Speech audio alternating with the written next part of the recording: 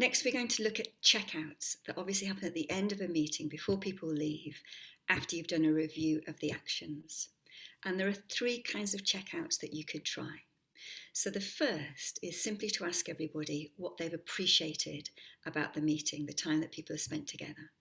And usually people will mention a specific decision or a discussion or an idea that was generated. And it gives us a chance to pause and reflect on the meeting and appreciate the time that we spent together. So that's the first kind of checkout. A braver kind of checkout, if we want to dig deep into our relationships with each other and build stronger connections, is to ask people, what have you appreciated about the meeting? And what have you appreciated about the contribution to the meeting of the person on your right? So that might be on the right on Zoom or Teams, or if you're sat in person.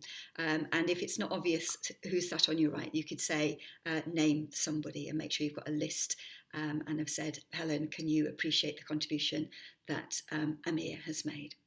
But the critical thing here is not just what I like or admire about Amir, but specifically a contribution that Amir has made in the meeting.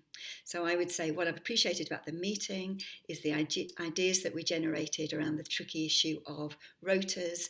And Amir, what I've appreciated about your contribution in the meeting is the positive way that you made suggestions on the agenda item. So something like that. And the person doesn't get to respond other than say thank you, and we go on to the next person. So that's great for building a stronger culture of appreciation and connection. And then the third way of checking out is to say, what have we appreciated about the meeting, and what would make the meeting even better if we did this? So one thing that's gone well about the meeting and what would make it even better. And if you do that, it's really important that you make a note about what would make it really better and think about how you can introduce those into the next meeting.